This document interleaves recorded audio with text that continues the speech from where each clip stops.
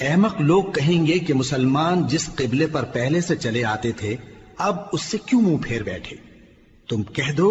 کہ مشرق اور مغرب سب اللہ ہی کا ہے، وہ جس کو چاہتا ہے سیدھے رستے پر چلاتا ہے، اور اسی طرح ہم نے تم کو امت معتدل بنایا ہے تاکہ تم لوگوں پر گواہ بنو اور پیغمبر آخر الزماں صلی اللہ علیہ وآلہ وسلم تم پر گواہ بنے۔ اور جس قبلے پر تم پہلے تھے اس کو ہم نے اس لیے مقرر کیا تھا کہ معلوم کریں کہ کون ہمارے پیغمبر کا تابع رہتا ہے اور کون الٹے پاؤں پھر جاتا ہے۔ اور یہ بات یعنی تحویل قبلہ لوگوں کو گراں معلوم ہوئی، مگر جن کو اللہ نے ہدایت بخشی ہے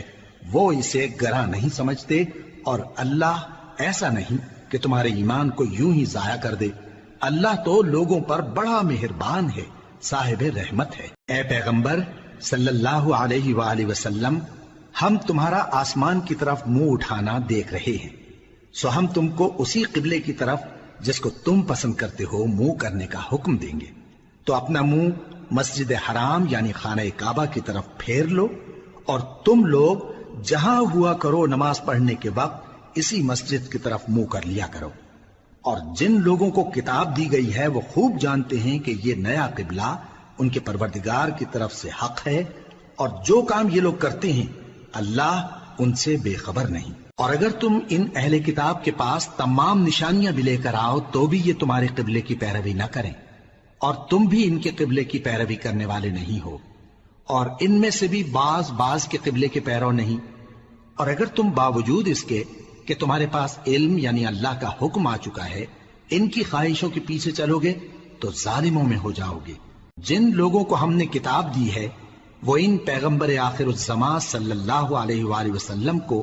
اس طرح پہچانتے ہیں جس طرح اپنے بیٹوں کو پہچانا کرتے ہیں، مگر ایک فریق ان میں سے سچی بات کو جان بوجھ کر چھپا رہا ہے۔ اے پیغمبر صلی اللہ علیہ وآلہ وسلم، یہ نیا قبلہ تمہارے پروردگار کی طرف سے حق ہے،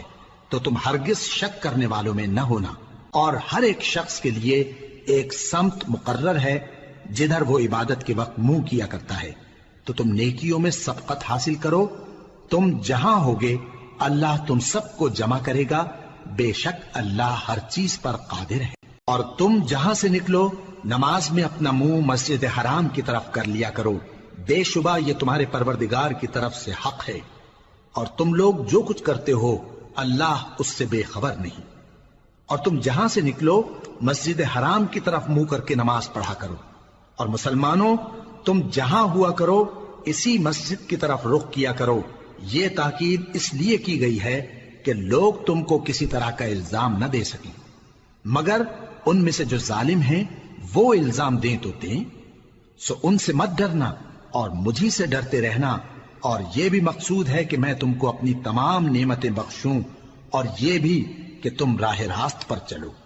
جس طرح من جملہ اور نعمتوں کے ہم نے تمہیں میں سے ایک رسول بھیجے ہیں جو تم کو ہماری آیتیں پڑھ پڑھ کر سناتے اور تمہیں پاک بناتے، اور کتاب یعنی قرآن اور دانائی سکھاتے ہیں، اور ایسی باتیں بتاتے ہیں جو تم پہلے نہیں جانتے تھے، سو تم مجھے یاد کیا کرو، میں تمہیں یاد کیا کروں گا، اور میرا احسان مانتے رہنا اور میری ناشکری نہ کرنا۔ اے ایمان والو، صبر اور نماز سے مدد لیا کرو، بے شک اللہ صبر کرنے والوں کے ساتھ ہے۔ اور جو لوگ اللہ کی راہ میں مارے جائیں ان کی نسبت یہ نہ کہنا کہ وہ مرے ہوئے ہیں، وہ مردہ نہیں بلکہ زندہ ہیں، لیکن تم کو شعور نہیں۔ اور ہم کسی قدر خوف اور بھوک اور مال اور جانوں اور میووں کے نقصان سے تمہاری آزمائش کریں گے، اور صبر کرنے والوں کو بشارت سنا دو کہ ان لوگوں پر جب کوئی مصیبت واقع ہوتی ہے تو کہتے ہیں کہ ہم اللہ ہی کا مال ہیں اور اسی کی طرف لوٹ کر جانے والے ہیں۔ یہی لوگ ہیں جن پر ان کے پروردگار کی عنایتیں ہیں اور خصوصی رحمت بھی ہے، اور یہی سیدھے رستے پر ہیں۔ بے شک کوہ صفا اور مروہ اللہ کی نشانیوں میں سے ہیں، تو جو شخص خانہ کعبہ کا حج یا عمرہ کرے اس پر کچھ گناہ نہیں کہ دونوں کے درمیان چکر لگائے، بلکہ یہ ایک نیک کام ہے، اور جو کوئی نیک کام کرے تو اللہ قدردان ہے، دانا ہے۔ جو لوگ ہمارے حکموں اور ہدایتوں کو جو ہم نے نازل کی ہیں کسی غرض فاسد سے چھپاتے ہیں، باوجود کہ ہم نے ان کو لوگوں کے سمجھانے کے لیے اپنی کتاب میں کھول کھول کر بیان کر دیا ہے۔ ایسوں پر اللہ اور تمام لعنت کرنے والے لعنت کرتے ہیں۔ ہاں، جو توبہ کرتے ہیں اور اپنی حالت درست کر لیتے ہیں اور احکام الہی کو صاف صاف بیان کر دیتے ہیں تو میں ان کے قصور معاف کر دیتا ہوں، اور میں بڑا معاف کرنے والا بڑا مہربان ہوں۔ جو لوگ کافر ہوئے اور کافر ہی مرے، ایسوں پر اللہ کی اور فرشتوں کی اور انسانوں کی سب کی لعنت، وہ ہمیشہ اسی لعنت میں گرفتار رہیں گے۔ ان سے نہ تو عذاب ہلکا ہی کیا جائے گا اور نہ انہیں کچھ مہلت ملے گی۔ اور لوگوں، تمہارا معبود ایک ہی معبود ہے، اس بڑے مہربان اور رحم والے کے سوا کوئی عبادت کے لائق نہیں۔ بے شک آسمانوں اور زمین کے پیدا کرنے میں اور رات اور دن کے ایک دوسرے کے پیچھے آنے جانے میں اور کشتیوں اور جہازوں میں جو سمندر میں لوگوں کے فائدے کے لیے رواں ہیں، اور میں جس کو اللہ آسمان سے برساتا اور اس سے زمین کو اس کے مردہ ہو جانے کے بعد زندہ یعنی خشک ہو جانے کے بعد سرسبز کر دیتا ہے، اور زمین پر ہر قسم کے جانور پھیلانے میں اور ہواؤں کے چلانے میں اور بادلوں میں جو آسمان اور زمین کے درمیان گھرے رہتے ہیں، عقل مندوں کے لیے اللہ کی قدرت کی نشانیاں ہیں۔ اور بعض لوگ ایسے ہیں جو غیر اللہ کو اللہ کا شریک بناتے اور ان سے اللہ کی سی محبت کرتے ہیں، لیکن جو ایمان والے ہیں وہ تو اللہ ہی کے سب سے زیادہ دوست دار ہیں۔ اور اے کاش ظالم لوگ جو بات عذاب کے وقت دیکھیں گے اب دیکھ لیتے کہ سب طرح کی طاقت اللہ ہی کو ہے، اور یہ کہ اللہ سخت عذاب کرنے والا ہے۔ اس دن کفر کے پیشوا اپنے پیروں سے بیزاری ظاہر کریں گے اور دونوں عذاب الہی دیکھ لیں گے اور ان کے آپس کے تعلقات منقطع ہو جائیں گے۔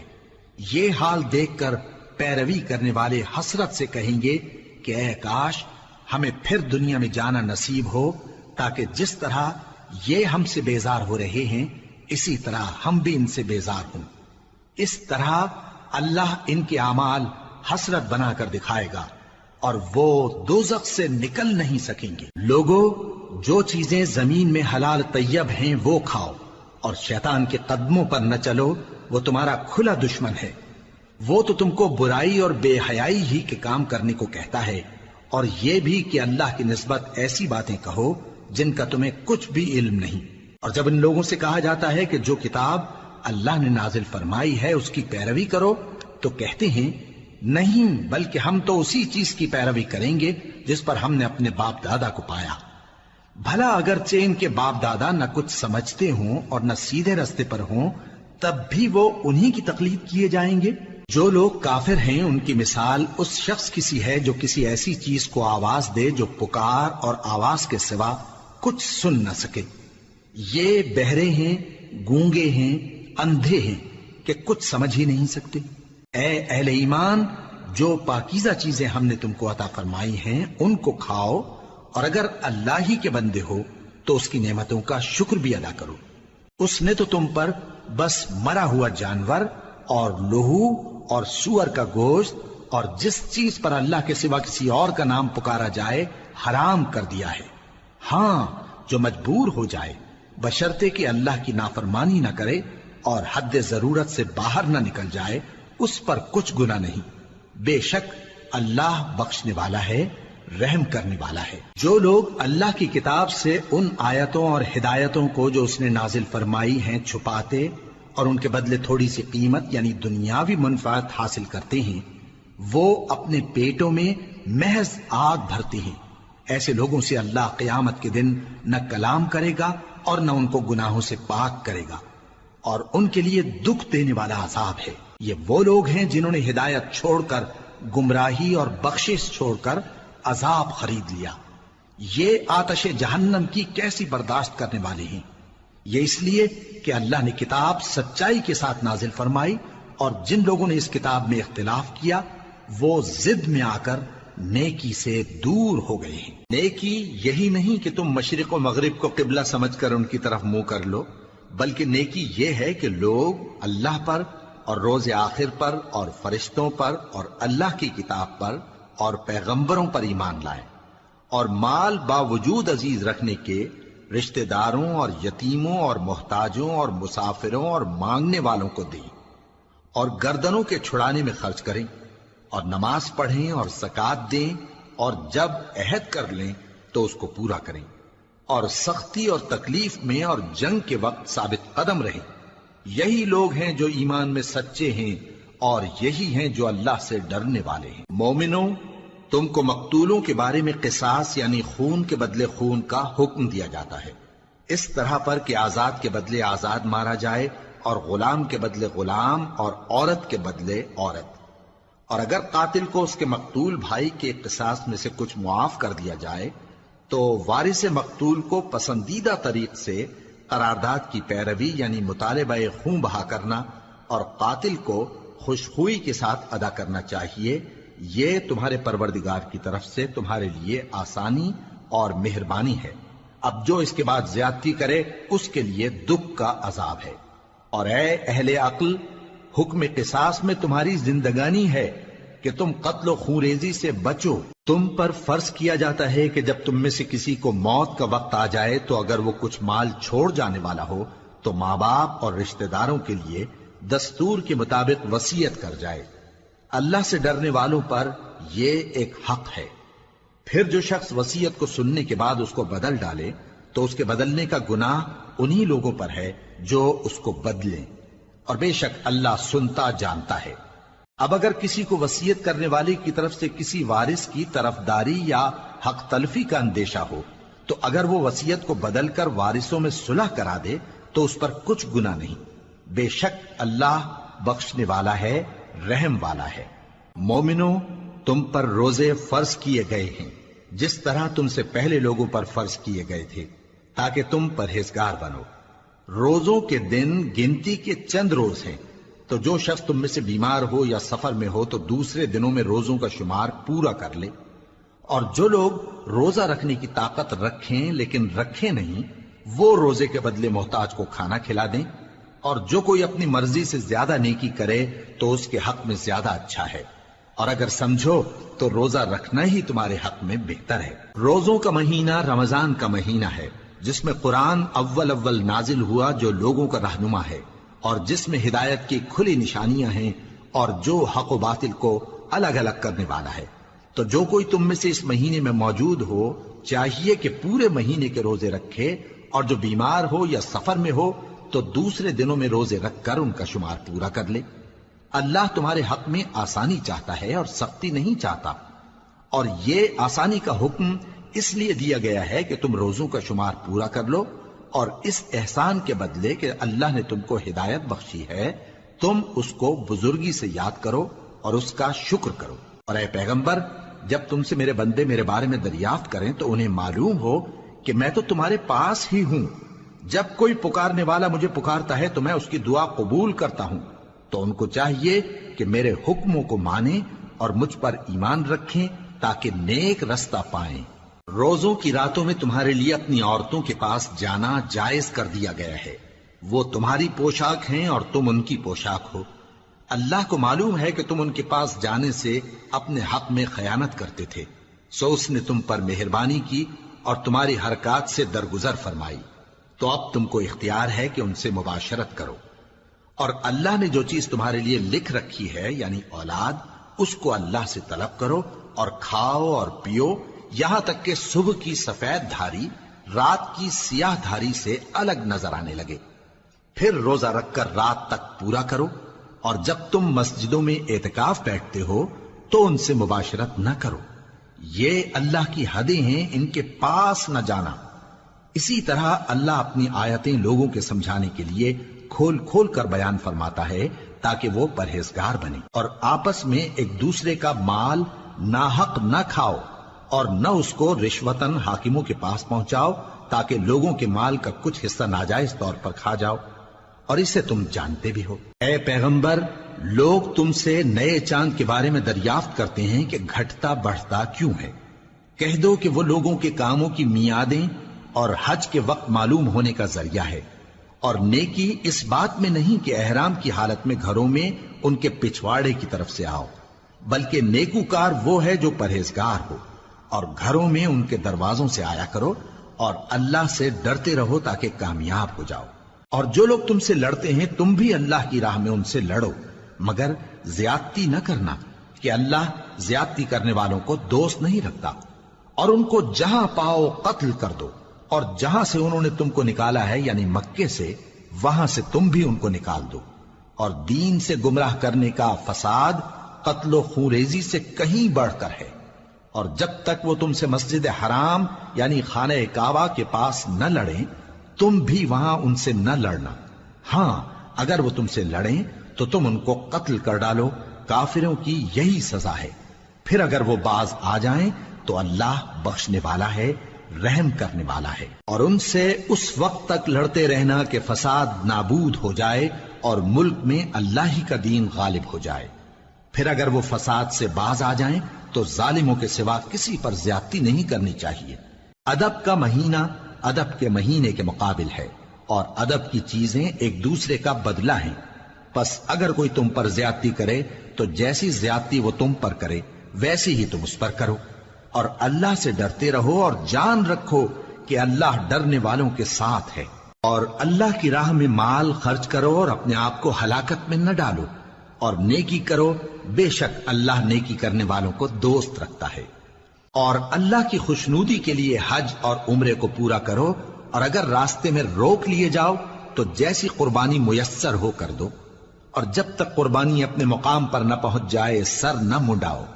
اور اگر کوئی تم میں بیمار ہو یا اس کے سر میں کسی طرح کی تکلیف ہو تو اگر وہ سر منڈا لے تو اس کے بدلے روزے رکھے یا صدقہ دے یا قربانی کرے۔ پھر جب تکلیف دور ہو کر تم مطمئن ہو جاؤ تو جو تم میں حج کے وقت تک عمرے سے فائدہ اٹھانا چاہے وہ جیسی قربانی میسر ہو کرے، اور جس کو قربانی نہ ملے وہ 3 روزے ایام حج میں رکھے اور 7 جب واپس ہو، یہ پورے 10 ہوئے۔ یہ حکم اس شخص کے لیے ہے جس کے اہل و عیال مکے میں نہ رہتے ہوں۔ اور اللہ سے ڈرتے رہو اور جان رکھو کہ اللہ سخت عذاب دینے والا ہے۔ حج کے مہینے معین ہیں جو معلوم ہیں، تو جو شخص ان مہینوں میں حج کی نیت کر لے تو حج کے دنوں میں نہ عورتوں سے اختلاط کرے، نہ کوئی برا کام کرے اور نہ کسی سے جھگڑے۔ اور جو نیک کام تم کرو گے وہ اللہ کو معلوم ہو جائے گا۔ اور زاد راہ یعنی رستے کا خرچ ساتھ لے جاؤ، کیونکہ بہترین زاد راہ پرہیزگاری ہے۔ اور اے اہل عقل مجھی سے ڈرتے رہو، اس کا تمہیں کچھ گناہ نہیں کہ حج کے دنوں میں بذریعہ تجارت اپنے پروردگار سے روزی طلب کرو۔ اور جب عرفات سے واپس ہونے لگو تو مشعر حرام یعنی مزدلفہ میں اللہ کا ذکر کرو، اور اس طرح ذکر کرو جس طرح اس نے تم کو سکھایا، اور اس سے پیشتر تم لوگ ان طریقوں سے محض ناواقف تھے۔ پھر جہاں سے اور لوگ واپس ہوں وہیں سے تم بھی واپس ہو، اور اللہ سے بخشش مانگو، بے شک اللہ بخشنے والا ہے، رحمت کرنے والا ہے۔ پھر جب حج کے تمام ارکان پورے کر چکو تو مینا میں اللہ کو یاد کرو جس طرح اپنے باپ دادا کو یاد کیا کرتے تھے، بلکہ اس سے بھی زیادہ۔ اور بعض لوگ ایسے ہیں جو اللہ سے التجا کرتے ہیں کہ اے پروردگار ہم کو جو دینا ہے دنیا ہی میں دے دے، اور ایسے لوگوں کا آخرت میں کچھ حصہ نہیں۔ اور بعض ایسے ہیں کہ دعا کرتے ہیں کہ پروردگار ہم کو دنیا میں بھی نعمت عطا فرما اور آخرت میں بھی نعمت بخشیو اور دوزخ کے عذاب سے محفوظ رکھیو۔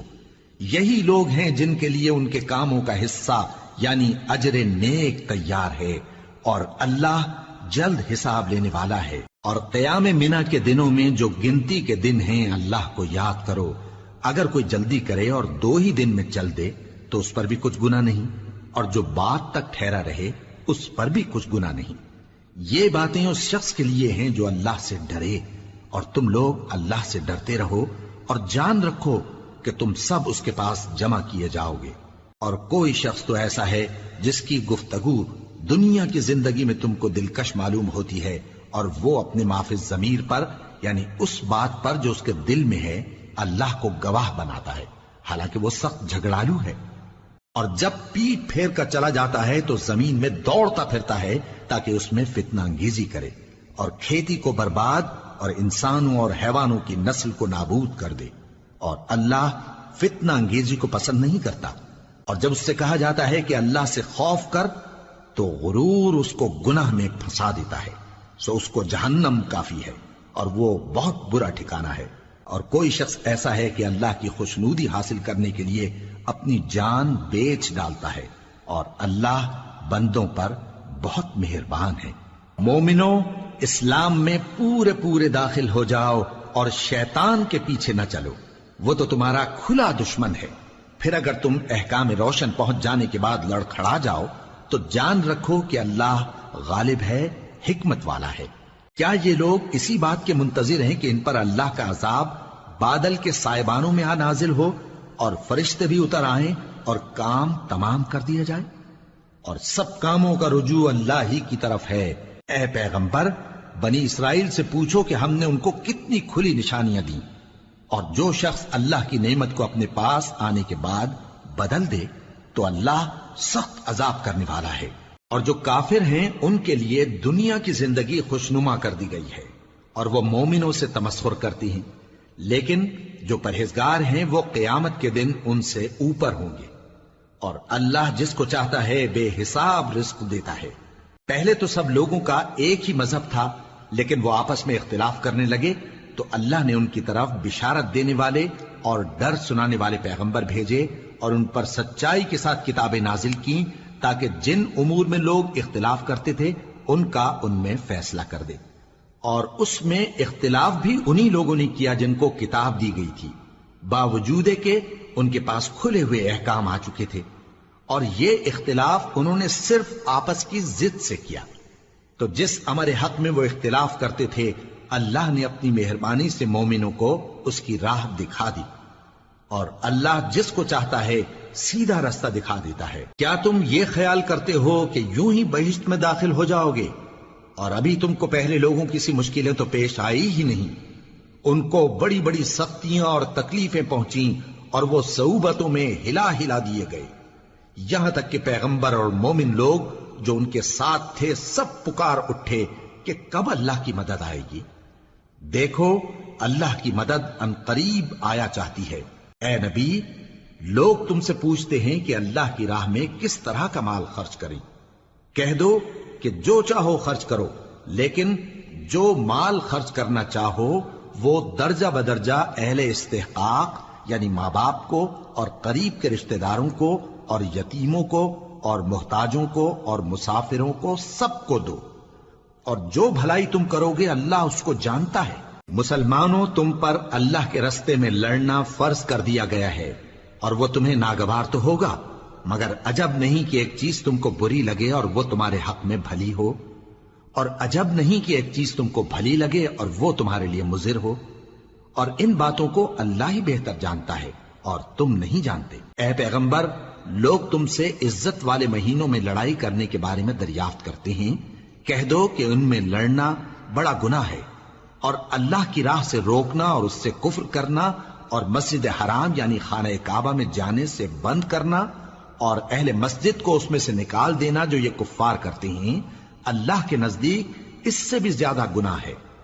اور فتنہ انگیزی خونریزی سے بھی بڑھ کر ہے۔ اور یہ لوگ ہمیشہ تم سے لڑتے رہیں گے، یہاں تک کہ اگر مقدور رکھیں تو تم کو تمہارے دین سے پھیر دیں، اور جو کوئی تم میں سے اپنے دین سے پھر کر کافر ہو جائے گا اور کافر ہی مرے گا تو ایسے لوگوں کے اعمال دنیا اور آخرت دونوں میں برباد ہو جائیں گے، اور یہی لوگ دوزخ میں جانے والے ہیں جس میں ہمیشہ رہیں گے۔ جو لوگ ایمان لائے اور اللہ کے لیے وطن چھوڑ گئے اور کفار سے جنگ کرتے رہے وہی اللہ کی رحمت کے امیدوار ہیں، اور اللہ بخشنے والا ہے، رحمت کرنے والا ہے۔ اے پیغمبر، لوگ تم سے شراب اور جوئے کا حکم دریافت کرتے ہیں، کہہ دو کہ ان میں گناہ بڑے ہیں اور لوگوں کے لیے کچھ فائدے بھی ہیں، مگر ان کے گناہ فائدوں سے کہیں زیادہ ہیں۔ اور یہ بھی تم سے پوچھتے ہیں کہ اللہ کی راہ میں کون سا مال خرچ کریں، کہہ دو کہ جو ضرورت سے زیادہ ہو۔ اس طرح اللہ تمہارے لیے اپنے احکام کھول کھول کر بیان فرماتا ہے تاکہ تم سوچو، یعنی دنیا اور آخرت کی باتوں میں غور کرو۔ اور تم سے یتیموں کے بارے میں بھی دریافت کرتے ہیں، کہہ دو کہ ان کی حالت کی اصلاح بہت اچھا کام ہے، اور اگر تم ان سے مل جل کر رہنا یعنی خرچ اکٹھا رکھنا چاہو تو وہ تمہارے بھائی ہیں، اور اللہ خوب جانتا ہے کہ خرابی کرنے والا کون ہے اور اصلاح کرنے والا کون۔ اور اگر اللہ چاہتا تو تم کو تکلیف میں ڈال دیتا، بے شک اللہ غالب ہے، حکمت والا ہے۔ اور مومنوں مشرک عورتوں سے جب تک وہ ایمان نہ لائیں نکاح نہ کرنا، کیونکہ مشرک عورت خواہ تم کو کیسی ہی بھلی لگے اس سے مومن لونڈی بہتر ہے، اور اسی طرح مشرک مرد جب تک ایمان نہ لائیں مومن عورتوں کو ان کی زوجیت میں نہ دینا،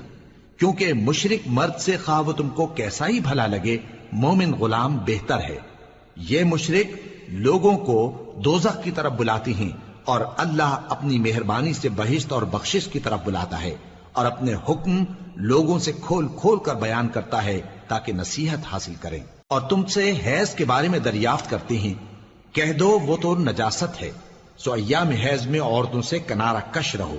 اور جب تک وہ پاک نہ ہو جائیں ان سے مقاربت نہ کرو۔ ہاں جب وہ پاک ہو جائیں تو جس طریق سے اللہ نے تمہیں ارشاد فرمایا ہے ان کے پاس جاؤ، کچھ شک نہیں کہ اللہ توبہ کرنے والوں اور پاک صاف رہنے والوں کو دوست رکھتا ہے۔ تمہاری عورتیں تمہاری کھیتی ہیں، تو اپنی کھیتی میں جس طرح چاہو جاؤ،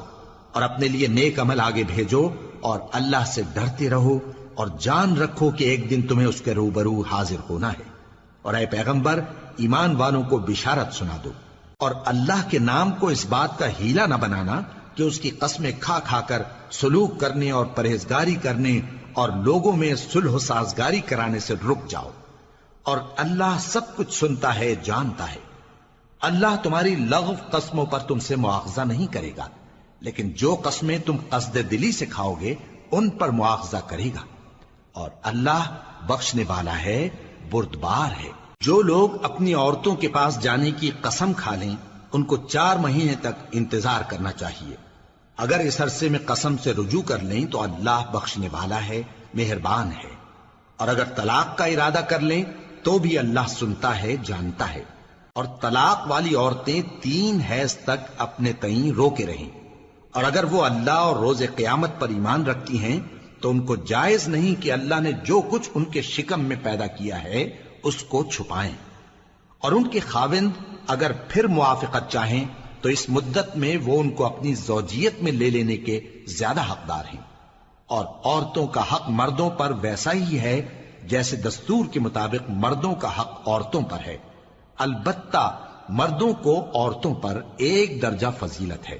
اور اللہ غالب ہے، صاحب حکمت ہے۔ طلاق صرف 2 بار ہے، یعنی جب 2 دفعہ طلاق دے دی جائے تو پھر عورتوں کو یا تو بطریق شائستہ نکاح میں رہنے دینا ہے یا بھلائی کے ساتھ چھوڑ دینا، اور یہ جائز نہیں کہ جو مہر تم ان کو دے چکے ہو اس میں سے کچھ واپس لے لو۔ ہاں اگر زن و شوہر کو خوف ہو کہ وہ اللہ کی حدوں کو قائم نہیں رکھ سکیں گے تو اگر عورت خاوند کے ہاتھ سے رہائی پانے کے بدلے میں کچھ دے ڈالے تو دونوں پر کچھ گناہ نہیں۔ یہ اللہ کی مقرر کی ہوئی حدیں ہیں، ان سے باہر نہ نکلنا، اور جو لوگ اللہ کی حدوں سے باہر نکل جائیں گے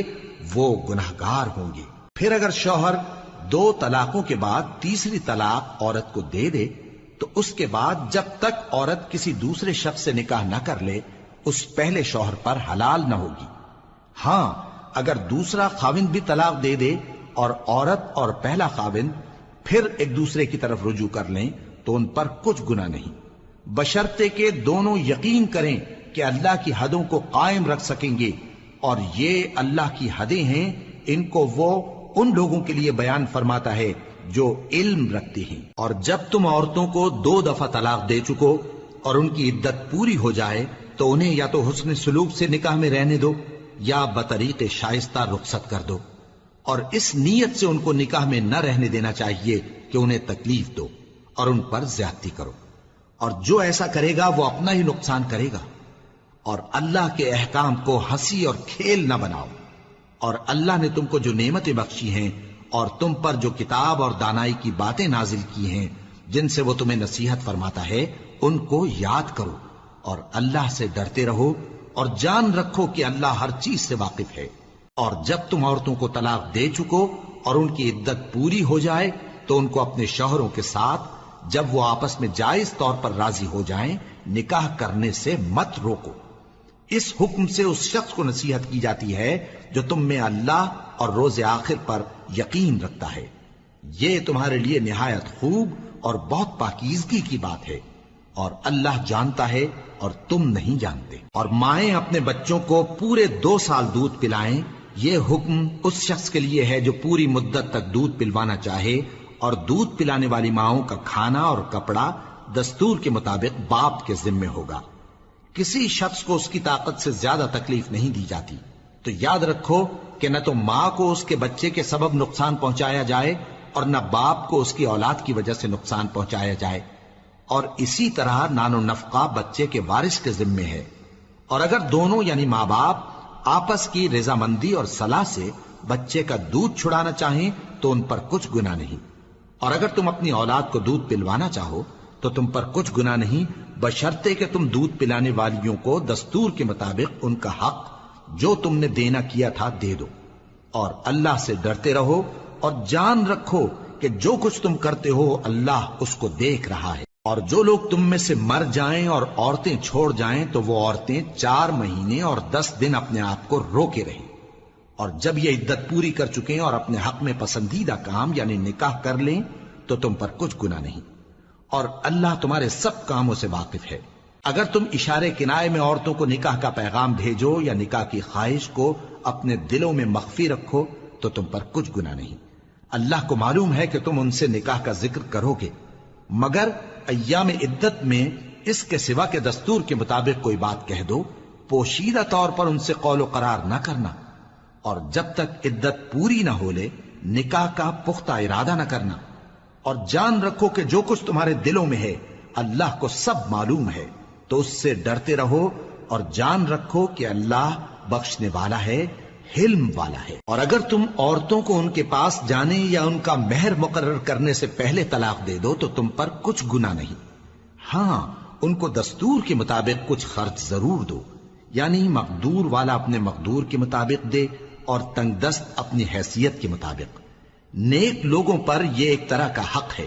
اور اگر تم عورتوں کو ان کے پاس جانے سے پہلے طلاق دے دو لیکن مہر مقرر کر چکے ہو تو آدھا مہر دینا ہوگا۔ ہاں اگر عورتیں مہر بخش دیں یا مرد جن کے ہاتھ میں عقد نکاح ہے اپنا حق چھوڑ دیں اور پورا مہر دے دیں تو ان کو اختیار ہے۔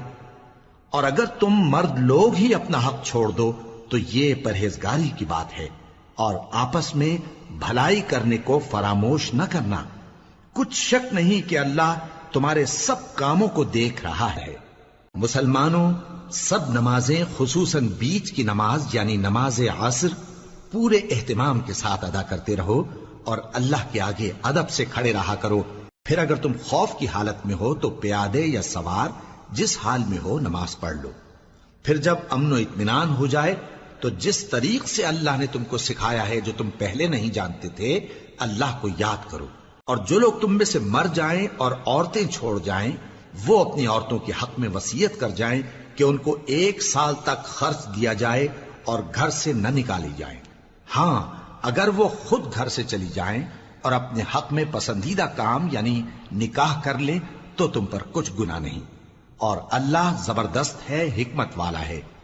اور مطلقہ عورتوں کو بھی دستور کے مطابق نان و نفقہ دینا چاہیے، پرہیزگاروں پر یہ بھی حق ہے۔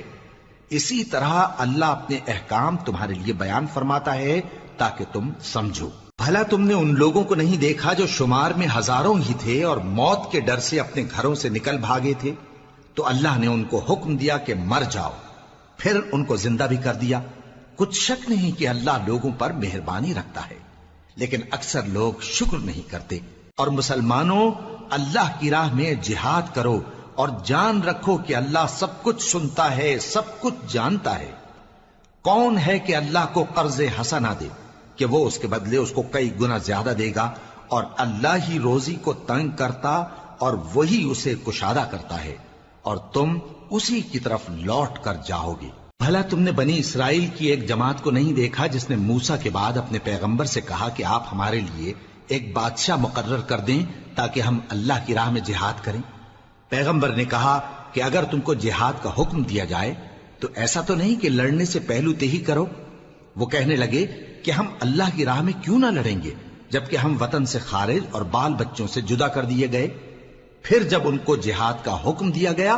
تو چند اشخاص کے سوا سب پھر گئے،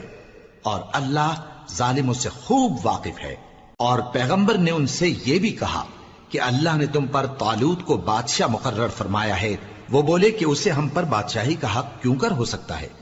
اس سے بڑھ کر بادشاہی کے مستحق تو ہم ہیں، اور اس کے پاس تو بہت سی دولت بھی نہیں۔ پیغمبر نے کہا کہ اللہ نے اس کو تم پر فضیلت دی ہے اور بادشاہی کے لیے منتخب فرمایا ہے۔ اس نے اسے علم بھی بہت سا بخشا ہے اور تن و توش بھی بڑا عطا کیا ہے، اور اللہ کو اختیار ہے جسے چاہے بادشاہی بخشے، وہ بڑا کشائش والا ہے، دانا ہے۔ اور پیغمبر نے ان سے کہا کہ ان کی یعنی طالوت کی بادشاہی کی نشانی یہ ہے کہ تمہارے پاس وہ صندوق آئے گا جس کو فرشتے اٹھائے ہوئے ہوں گے، اس میں تمہارے پروردگار کی طرف سے تسلی بخشنے والی چیز ہوگی اور کچھ اور چیزیں بھی ہوں گی جو موسیٰ اور ہارون چھوڑ گئے تھے۔ اگر تم ایمان رکھتے ہو تو یہ تمہارے لیے ایک بڑی نشانی ہے۔ غرض جب طالوت فوجیں لے کر روانہ ہوا تو اس نے ان سے کہا کہ اللہ ایک نہر سے تمہاری آزمائش کرنے والا ہے، جو شخص اس میں سے پانی پی لے گا اس کی نسبت تصور کیا جائے گا کہ وہ میرا نہیں، اور جو نہ پیے گا وہ سمجھا جائے گا کہ میرا ہے۔